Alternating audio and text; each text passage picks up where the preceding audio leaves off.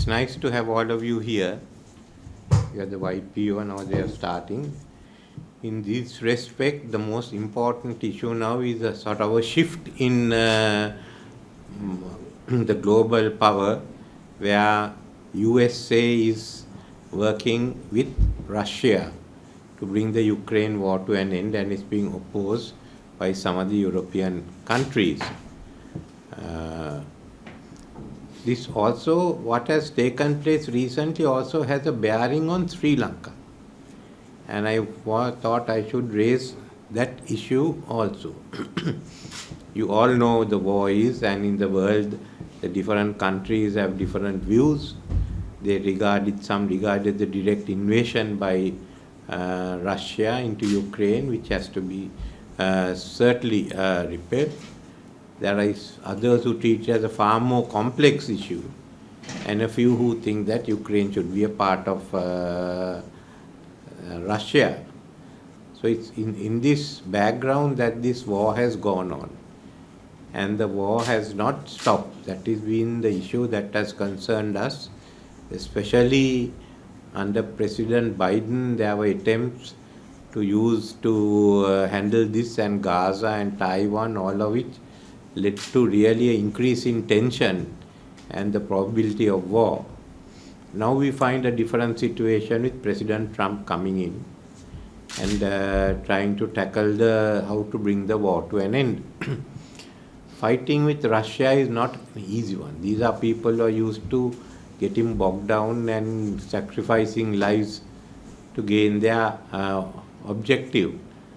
They burned their capital to defeat Napoleon. They sacrificed 1 million to get a 6 months delay in Stalingrad, and they sacrificed 25,000 to go from the Brandenburg Gate to the Reichstag to finish the war quickly. So it's not easy. So the other schemes has failed. We must see what President Trump is doing. It's important that we try and bring some of these conflicts to an end. Of course, during President Trump having taken this up, it has not been taken kindly by some of the European powers and President Zelensky.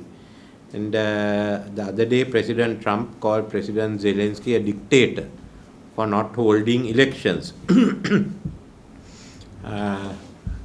Then some of the people came to Zelensky's defense, saying it's wartime, and both British Prime Minister Starmer and my friend Boris Johnson said they even during the wartime that they didn't hold elections. Now, if you look at the facts, that is not correct. During World War I and World War II, the British put off elections under their constitution. They have an unwritten constitution, but the Parliament Act on 1911 says you can extend the life of Parliament with the support of the House of Commons and the House of Lords. So acting under that is why they certainly extended the life of Parliament. Some constitutions have that.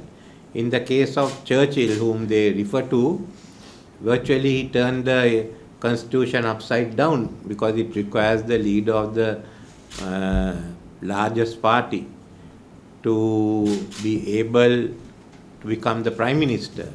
He was not the leader of the largest party. He belonged to the Conservative Party, the largest party, but they didn't like him.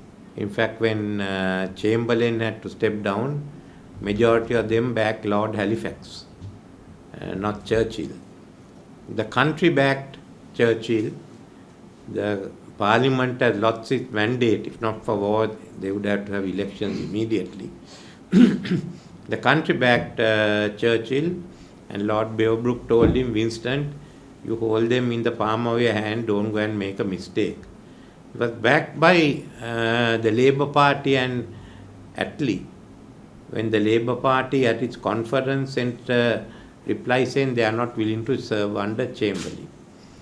So actually, Winston Churchill grabbed power. I don't think there was any other instance. On the first day when he came to Parliament, he was cheered by the Labour Party, the Liberal Party and the Conservative rebels.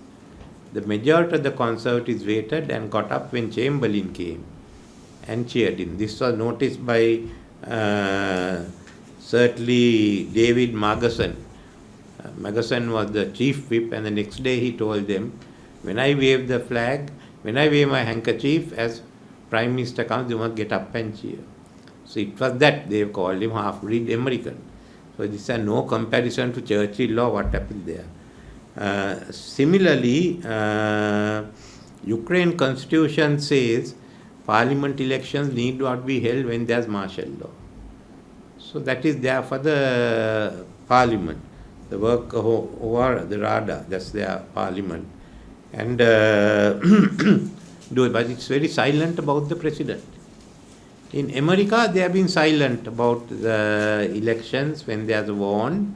So in 1812, during the war with UK, where they came and British burned the White House, they had the election on time. AsianMirror.lk